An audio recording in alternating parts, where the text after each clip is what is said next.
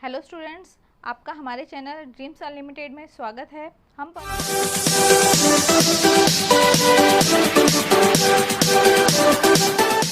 पढ़ रहे थे ईंटें, मनके तथा अस्थियां। ये हमारा ईंटें, मनके तथा अस्थियों वाले चैप्टर का 4th पार्ट है। इस चैप्टर में आज हम पढ़ेंगे मोहरे, लिपि तथा बाट, जो कि बहुत ही महत्वपूर्ण पार्ट है इस सभ्यता के अंतर्गत। मोहरे क्या हैं और मुद्रांकन क्या है। मुद्रांकन, हम मोहर किस प्रकार से लगाया जाता है, जैसे कि जैसे सील कहते हैं। जैसे तुमने कभी देखा होगा कि किसी दुकान को सील किया जाता है तो एक उस पर ताले पे कुछ लगा के उस पर एक मोहर लगा दी जाती है। ये वही मोहर है। इसी तरीके से इसका में उदाहरण मिलता है जब एक नगरीय सभ्यता थी, हड़प्पा सभ्यता। जब सामान एक क्षेत्र से दूसरे क्षेत्र में जाता था तो उस सामान में से कुछ चोरी होने की आशंका हमेशा बनी रहती थी। तो उस आशंका से बचने के लिए एक तकनीक निकाली थी उन लोगों ने, मोहर की। मोहर किस प्रकार लगाई जाती थी, एक चिकनी मिट्टी का बनाया जाता था, उस क्या कहते हैं, जिसके अंदर सामान रखा गया है, बोरी के अंदर किसी भी चीज़ के अंदर, उसके मुंह को बंद करके बोरी को, और उसके ऊपर एक चिकनी मिट्टी का निशान बना के और उस पर मोहर का निशान लगा दिया जाता था। जब तक वो सामान वहाँ तक पहुँचेगा जो उसका निर्धारित गंतव्य स्थान है, वहाँ तक पहुँचने तक अगर जो वो सील एज इट इज़ रहती है तो ये इसका ये प्रमाण होता था कि उसमें से कोई सामान निकाला नहीं गया है या उसमें से कोई सामान छेड़ा नहीं गया है, ये ऐसे के ऐसे ही सामान आया है। ये हमारा मुद्रांकन था जो कि मोहरों में किया जाता था। अब हम बात करते हैं लिपि की। हड़प्पा सभ्यता के अंदर लिपि सबसे महत्वपूर्ण स्थान रखती है, परंतु महत्वपूर्ण स्थान रखने के साथ साथ ये इतनी बड़ी क्या कहते हैं, इसकी वर्णमाला है जिसे आज तक पढ़ा नहीं जा सका है और समझा नहीं जा सका है। साथ ही साथ ये समझ में नहीं आया कि ये चित्रलिपि है या क्या कहते हैं चिन्ह है, इसमें क्या है, इसे समझना काफ़ी मुश्किल रहा है। इसके अंदर लगभग 350 यानी 375 से 400 के बीच इसके अंदर चिन्ह पाए गए हैं। और ये माना जाता है कि ये जो लिपि है ये दाईं से बाईं ओर लिखी जाती है। अक्सर जो हिंदी लिपि है हम ये बाईं से इस साइड लिखते हैं, हम इधर से लिखना स्टार्ट करते हैं, इस तरीके से लिखते हैं।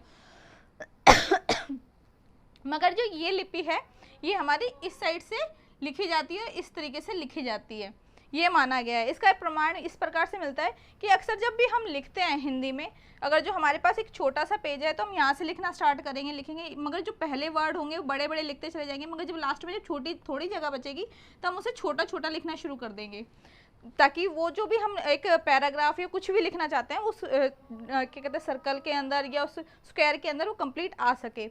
मगर इसी प्रकार हम इस लिपि को पता लगा सकते हैं कि इसके अंदर कैसे था। इसमें हमने कई जगह जो मोहरों पे लिपि गुदी हुई मिली है, उसमें क्या है कि यहाँ से इस साइड से शुरू होती है और इस साइड को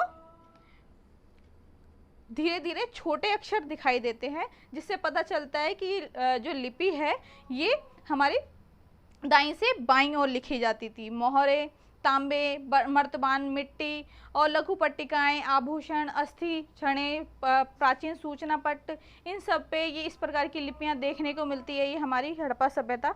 ये माना जाता है कि जो हड़प्पा सभ्यता के अंदर साक्षरता बहुत व्यापक थी। इसका कारण ये है कि यहाँ पे हमें जो लिखी हुई चीज़ें यहाँ तहाँ बहुत जगह मिली हैं। माना जाता है कि इसके आधार पर कहा जा सकता है कि यहाँ पे जो साक्षरता था यानी हर कोई लगभग पढ़ना जानता था। अब आते हैं एक बाट के ऊपर। बाट हड़प्पा सभ्यता के अंदर महत्वपूर्ण विशेषता रही है। बाट क्या है? बाट आज भी हमें तोलने के लिए, सामान तोलने के लिए इस्तेमाल किया जाता है, पर उस टाइम पे जो बाट थे यहाँ पर भी इस्तेमाल किया जाता है। मगर हम पुराने टाइम पे देखें, थोड़े से और पुराने जाएँ, गांव देहातों में जाएं, तो उस टाइम पे बाट व्यवस्था नहीं दिखाई देगी तुम्हें कई जगहों पर। कुछ लोग ईंट का या पत्थर का इस्तेमाल करते हुए दिखाई देंगे, परंतु हड़प्पा सभ्यता के अंतर्गत इस टाइम पर भी बाट का इस्तेमाल किया गया। और बाट की एक प्रॉपर, जैसे कि हम देखते हैं आज के टाइम पर 1 किलो का, 2 किलो का, 3 किलो का, 500 ग्राम का, 200 ग्राम का, इस प्रकार की बाट व्यवस्था होती है। उसी प्रकार उधर भी 2 आधारीय क्या कहते हैं बाट व्यवस्था रही थी निचले मानदंड पर, जैसे कि 1, 2, 4, 8, 16, 32 इत्यादि। इसी प्रकार हमें जो ऊपरी मानदंड है वो 12,800 तक मिला है, और जो निचला है ये दशमलव प्रणाली के ऊपर डिपेंड था हमारा इनका तोलने की व्यवस्था। बाट के ऊपर किसी प्रकार का कोई चित्र नहीं होता था। आज हम देखते हैं बाट अक्सर गोलाकार या इस तरीके से ये आकृति होती है,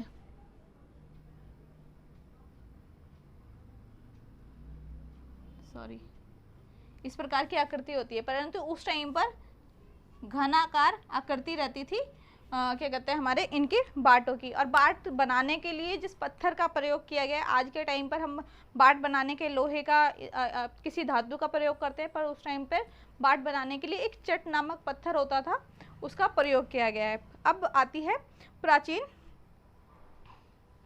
सत्ता।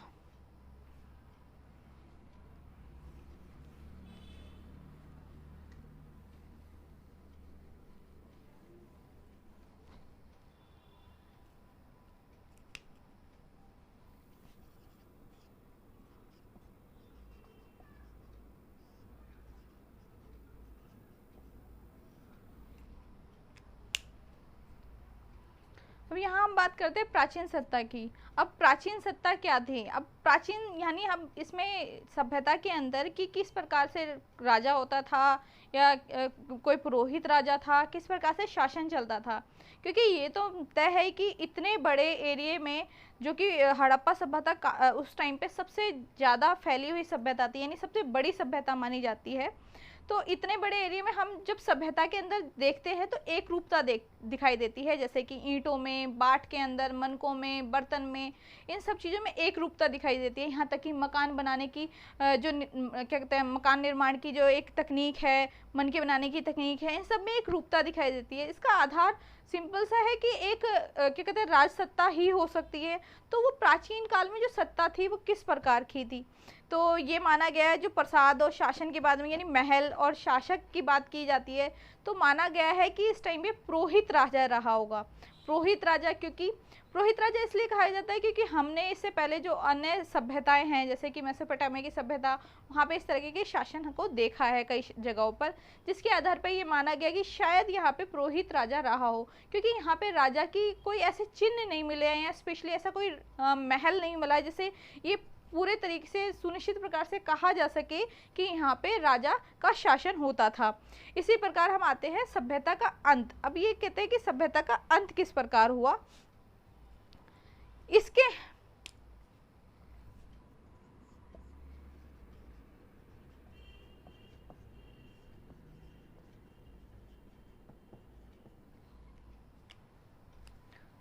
सभ्यता का अंत, सभ्यता का अंत क्या हुआ, इसके लिए अलग अलग थ्योरीज दी गई हैं कि इस सभ्यता का अंत किस प्रकार से हुआ।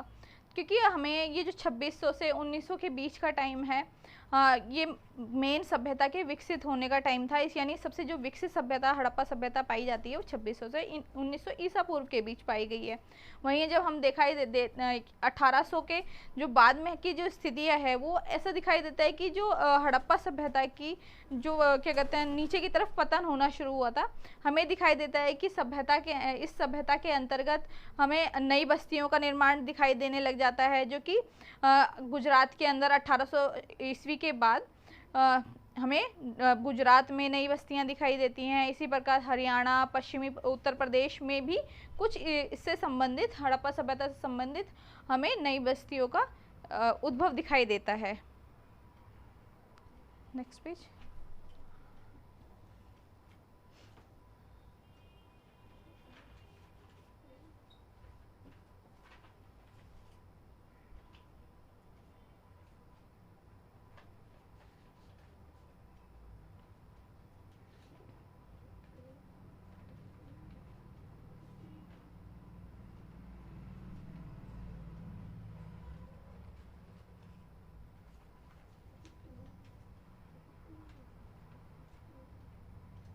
उस पेज को छोड़ देती।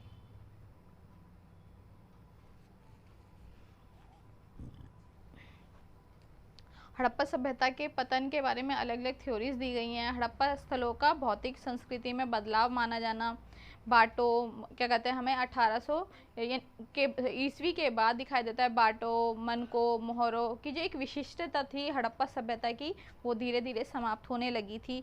इसी प्रकार हम देखते हैं कि लेखन की लंबी दूरी का व्यापार तथा शिल्प विशेषज्ञता भी समाप्त होने लगी थी। यहाँ पे कि जो हमें लिखी हुई चीज़ें हैं वो कम मिलने शुरू हो गई हैं 1800 के बाद में। इससे जो विशिष्ट दूरी के लिए एक व्यापार किया जा रहा था, यानी दूसरी जगहों पर जो सामान मिल रहा था हड़प्पा सभ्यता का, वो भी हमें 1800 यानी 1900 ईस्वी के बाद जो 1800 ईस्वी ईसा पूर्व आता है, तो उस टाइम पर हमें ये दिखाई देना कम हो शुरू हो गया है। इसी प्रकार लेखन में लेखन के अंदर हमें ये क्या कहते हैं निम्नता दिखाई देने लगती है। आवास निर्माण की जो तकनीक है उसका ह्रास होने लगा है। हमें 1800 के बाद जो हड़प्पा सभ्यता की एक विशेषता थी गृह निर्माण की, वो हमें दिखाई नहीं देती है। इसी प्रकार कुल मिलाकर पूरा वस्तुएं तथा बस्तियां इन संस्कृतियों में एक ग्रामीण जीवन शैली की ओर संकेत करता है कि 1800 के बाद जो है हमारा ये हड़प्पा सभ्यता, ऐसा लगता है कि ये ग्रामीण शैली की तरफ बढ़ने लगी थी। इसी काल को हम उत्तर हड़प्पा भी कहा गया है, यानी उत्तर हड़प्पा अनुवर्ती संस्कृति भी कहा गया है इस काल को।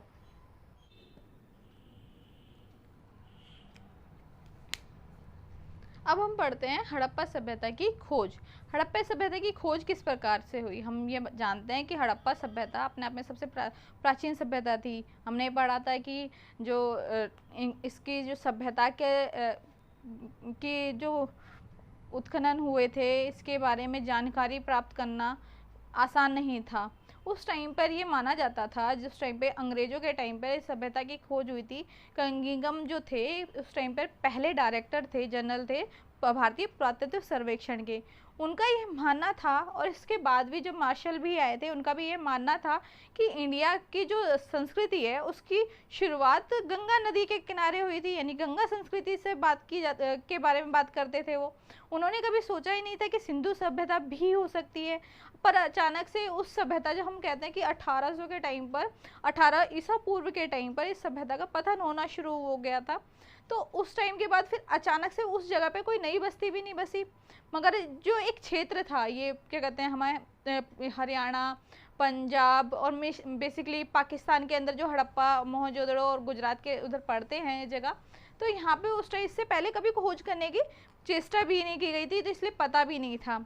पर जब अंग्रेज आए तो इन्होंने कोशिश करी ये, क्योंकि इतिहास को जानना चाहते थे थोड़ा सा कि भारत का इतिहास क्या था एक्चुअल में। उनकी मेन वजह तो वैसे अलग थी कि वो दिखाना चाहते थे इनकी कोई संस्कृति नहीं थी, कितने वो अलग थे इन सब चीज़ों के बारे में। परंतु जब ये खोज होती तो उन्हें लगा कि नहीं, ये संस्कृति बहुत ही समृद्ध संस्कृतियों में से एक रही है। इस प्रकार हम कहते हैं जो कंगिंगम ने उनके अंदर पहले से एक भ्रम था कि जो साहित्य, अभिलेख, उनके बारे में पढ़ना, और इसी तरीके से जब उन्हें कंगिंगम को उस टाइम पर मोहरें मिली, और इसी के साथ साथ उस टाइम पर मोहरों के साथ साथ कई अन्य चीज़ें भी मिली पुरातत्व से संबंधित, परंतु उनका मतलब नहीं समझ पाए थे। क्योंकि उस टाइम पे जब रेलवे लाइन की खुदाई होनी शुरू हुई 1921 में, तो उस खुदाई के टाइम पर सामान निकल रहा था, और उससे पहले भी जब मकान बनते थे कई चीज़ों की खुदाई होती थी, तो कुछ ना कुछ चीज़ें निकल के आती रहती थी, परंतु उनके बारे में समझ में नहीं आ रहा था ये एक्चुअल में है क्या चीज़। तो क्योंकि कंगिंगम का एक पहले से विश्वास था कि गंगा संस्कृति, गंगा से इससे ही संबंधित है भारत की संस्कृति, यहाँ पे इधर के बारे में उन्होंने कभी ऐसा सोचा ही नहीं था। परंतु और कंगिंगम की एक मुख्य विशेषता रहती है कि वो साहित्य और अभिलेखों के ऊपर ज़्यादा जोर देते थे, यानी उनके बारे में ज़्यादा जानकारी लेना पसंद करते थे। उनका मानना था कि किसी भी देश की संस्कृति को जानने के लिए साहित्य और अभिलेख महत्वपूर्ण स्थान रखते हैं, क्योंकि साहित्य से उस देश की संस्कृति को ज़्यादा जाना जा सकता है, इसी प्रकार अभिलेखों के माध्यम से ही। परंतु हम ये देखते हैं कि हड़प्पा सभ्यता की जो मोहरें हैं, उस समय की जो लिपि है उसे पढ़ा ही नहीं जा सका है, जिसके आधार पर हमें बहुत अधिक जो है ज्ञान इस संस्कृति के बारे में नहीं मिल पाया है।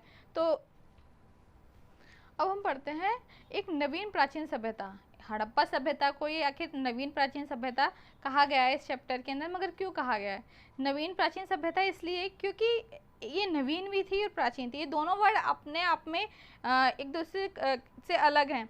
क्योंकि जो प्राचीन सभ्यता है हड़प्पा सभ्यता 2600 से 1900 ईसा पूर्व के टाइम पर इसका जन्म हुआ था, परंतु उस समय इतनी पुरानी सभ्यता होने के बावजूद जब हम उस टाइम पे अंग्रेजों के टाइम पे देखते हैं, और उस टाइम तक भी इस सभ्यता के बारे में किसी को पता ही नहीं था कि भारत में इतनी प्राचीन सभ्यता थी। वहीं मेसोपोटामिया की सभ्यता और चीन की सभ्यता, इनके बारे में सबको पता था, क्योंकि ये सभ्यता बहुत फेमस थी और इनके बारे में पढ़ा भी जा चुका था और खुदाई भी हो चुकी थी, सब चीज़ें इनके बारे में जानकारी प्राप्त हो चुकी थी। परंतु इंडिया के अंदर जब हड़प्पा सभ्यता की खोज हुई और समझ में आया कि ये हड़प्पा की जो मोहरें हैं ये किस प्रकार की मोहरें हैं, दयाराम साहनी ने दयाराम साहनी ने इसकी खोज की, हड़प्पा से कुछ मोहरें प्राप्त की। इसी प्रकार से रखाल दास बनर्जी ने भी मोहनजोदड़ो से मोहरें खोजी, और इन दोनों ही मोहरों में एक रूपता दिखाई, यानी दोनों में एक जैसी चित्र का अंकन किया गया था, लगभग एक जैसे क्या कहते हैं धातु का प्रयोग या सेलखड़ी के पत्थर का प्रयोग, जो कि बिल्कुल सिमिलर था। ऐसा देखने में आया तो लगा कि शायद ये दोनों जगहें एक दूसरे से संबंधित रही होंगी, या तो व्यापार रहा होगा इस संबंधित। पर जब पूरी और दोबारा और खोज हुई तो समझ में आया ये पूरी की पूरी एक सभ्यता है। तो उस टाइम पे 1924 में फर्स्ट टाइम जो जॉन मार्शल थे उन्होंने विश्व के समक्ष सिंधु घाटी सभ्यता की घोषणा करी कि ये भी एक सभ्यता है। 1924 का जो टाइम है वो बहुत पुराना टाइम नहीं था। जॉन मार्शल के बारे में पढ़ेंगे हम। भारतीय पुरातत्वविद में एक व्यापक परिवर्तन किया था जॉन मार्शल ने। जॉन मार्शल क्या था, इन्होंने मुख्य कार्य इनका था, इन्होंने जो इनका इंटरेस्ट था कि जो उस सभ्यता के जीवन शैली थी उसके बारे में अधिक से अधिक जानकारी प्राप्त की जाए। इन्होंने इसके लिए नई नई तकनीकों का प्रयोग किया गया और अन्य और गहराई से इस सभ्यता का विवेचन भी किया गया और जानकारी भी प्राप्त की गई। अब आता है हमारे नवीन तकनीकों का प्रयोग। जब नवीन तकनीकें, यानी जब ये सभ्यता 1924 में इसका जन्म हुआ था, इसी जन्म तो 2600 ईसा पूर्व में हुआ था, परंतु हम कह सकते हैं क्योंकि हमें ये 1924 में ही जाकर पूरे विश्व के समक्ष आई थी कि ये कोई सभ्यता भी है। तो उसके बाद क्या हुआ, नवीन जो तकनीकों का प्रयोग किया जाने लगा, इसको सभ्यता को और से और जानकारी प्राप्त करने के लिए यहाँ पे नई नई तकनीक का प्रयोग किया गया। 1980 के जो टाइम था एक ऐसा टाइम था जो विश्व की रुचि इस सभ्यता के अंतर्गत और ज़्यादा बढ़ती चली गई, जिसके तहत इसमें अन्य कार्य, अन्वेषण कार्य, बहुत ज़्यादा तकनीकों यूज़ करना ताकि अधिक से अधिक जानकारी मिल सके, और कोशिश की जाती रही, अभी तक ये कोशिश की जाती रही है कि इसकी लिपि को पढ़ा जा सके, जो कि अभी तक संभव नहीं है क्योंकि बहुत सारे वैज्ञानिक, विश्व के बहुत सारे पुरातत्वविद इसमें लगे हुए हैं इसकी लिपि को समझने के लिए, ताकि अगर शायद इस लिपि को जानकारी के बारे में पता चले या इस लिपि को पढ़ा जा सके तो हमें एक सही मायने में जो सटीक जानकारी का पता चल पाएगा हड़प्पा सभ्यता के बारे में, कि हड़प्पा सभ्यता में लोग किस प्रकार से कार्य करते थे, किस प्रकार से रहते थे, किस प्रकार का उनकी जीवन शैली थी। परंतु बिना लिपि के ज्ञान के या लिपि को समझे हम जो भी अनुमान लगाते हैं थोड़ा वो सटीक नहीं कहा जा सकता है। अब हम पढ़ेंगे अतीत को जोड़कर उसका विवेचन करना, या अतीत को जोड़कर उसको पूरा करने की समस्याएं क्या क्या हैं हमारी, उनके बारे में बात करते हैं। मुख्यतः जो मुख्य विशेषता है कि लिपि को क्योंकि पढ़ा नहीं जा सका है अभी तक, जो कि मुख्य समस्या है इसके बारे में विवेचन करने में। इसी प्रकार दूसरे नंबर पर आता है भौतिक साक्ष्य। बहुत सारे भौतिक साक्ष्य ऐसे हैं जो नष्ट किए हो चुके हैं, परंतु फिर भी कुछ हैं जिनके आधार पर हम इस सभ्यता के बारे में क्या कहते हैं, इतिहास के बारे में ये सोचते हैं कि इस प्रकार से हुआ होगा। फिर आता है बहुमूल्य वस्तुएं। अब माना जाता है बहुमूल्य वस्तुएं क्या थी। बहुमूल्य वस्तु आज में भी बहुमूल्य होती हैं, तो नॉर्मली इंसान उसे छोड़ता तो है नहीं, या तो अपने साथ ले जाएगा जो कहीं पर भी शिफ्ट होगा या उसके आने वाली पीढ़ी को दे देगा, मगर वो इस तरीके से नहीं मिलेगी हमें कहीं ज़मीन पे पड़ी हुई है इस तरीके से, जो कि मुश्किल ही है। तो इस बारे में कहना कि उस टाइम पे बहुमूल्य चीज़ें बहुत कम मिली है, तो ये माना जाना सही होगा कि बहुमूल्य चीज़ें कोई भी ऐसे फेंकता तो नहीं है। तो बहुमूल्य जो वस्तुएं हैं, इसी प्रकार से त्यागी हुई वस्तुएं नॉर्मली वही वस्तुएं होती है जो टूट जाती हैं या वेस्ट होती हैं या जिनका कोई मालिक ना हो, वही त्यागी हुई वस्तुएं हो सकती हैं। फिर इसके बाद हम करते हैं खोजों का वर्गीकरण। अब जो ये खोज हैं हमारी हड़प्पा सभ्यता के बारे में, इसका वर्गीकरण क्या है। वर्गीकरण का एक सामान्य सिद्धांत प्रयुक्त होता है कि प्रयुक्त पदार्थ से संबंधित कि पत्थर है, मिट्टी, धातु, अस्थि, हाथी दांत आदि के संबंध में है कि इनके किस प्रकार से इनका वर्गीकरण किया गया है। उपयोगिता के आधार पर कि उस क्या कहते हैं पत्थर का कहाँ पर वो मिला है, उसके आधार पर उपयोगिता निर्धारित की जाती है कि कोई भी चीज़ हमें कहाँ पर किस प्रकार से मिलती है, उसके आधार पर कि वो घर में मिली है, मैदान में मिली है, खेत में मिली है, इस प्रकार से माना जाता है उसकी क्या उपयोगिता रही होगी। साथ ही साथ उपयोगिता के आधार में एक और चीज़ आती है कि एक औजार उसका क्या क्या क्या कहते हैं उसका इस्तेमाल किया गया जाता होगा, उससे क्या क्या यूज़ रहा होगा, क्योंकि आज के टाइम पे जो औजार हैं वो पुराने टाइम के औजार में बहुत सारे डिफरेंस हो सकते हैं और होते भी हैं। तो उन डिफरेंसेस के बारे में जानकारी प्राप्त करना, उनका वर्गीकरण करना, उन्हें डिफरेंसेस बताना कि क्या है आभूषण या फिर दोनों में किसी चीज़ में किसी भी चीज़ का इस्तेमाल किया जाना कि वो आभूषण के रूप में इस्तेमाल किया जाता था या किसी अनुष्ठान में प्रयोग किया जाता था, ये इसके बारे में बताना ये भी महत्वपूर्ण है। उपयोगिता समझ वर्तमान के आधार पर कि उस टाइम की जो चीज़ें हैं उनका क्या उपयोग होता है, स्थान के आधार पर किया जाता है। ये हमने पहले ही पढ़ा है इसके बारे में कि किस स्थान पे उस चीज़ का मिली है, जैसे कि किसी मंदिर में मिली है, किसी सड़क पे मिली है, किसी कहाँ पर मिली है, उसके आधार पर ही माना जाता है इसकी उपयोगिता क्या रही होगी। जैसे कि जो पीसने वाला एक क्या कहते हैं वो मिला है पत्थर मिला है, जिससे माना जाता है कि इसका प्रयोग क्या कहते हैं किचन में किया जाता होगा सालन वगैरह बनाने के लिए, इस प्रकार की चक्की के पत्थर मिले हैं।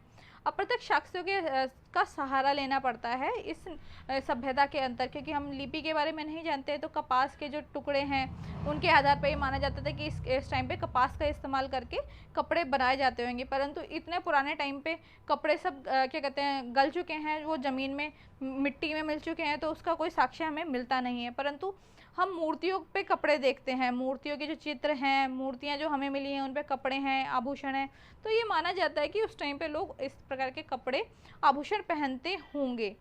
व्याख्या में इसी वजह से हमें कई व्याख्याओं में भी समस्या आती है, जैसे कि धार्मिक प्रथाओं का पुनर्निर्माण करना।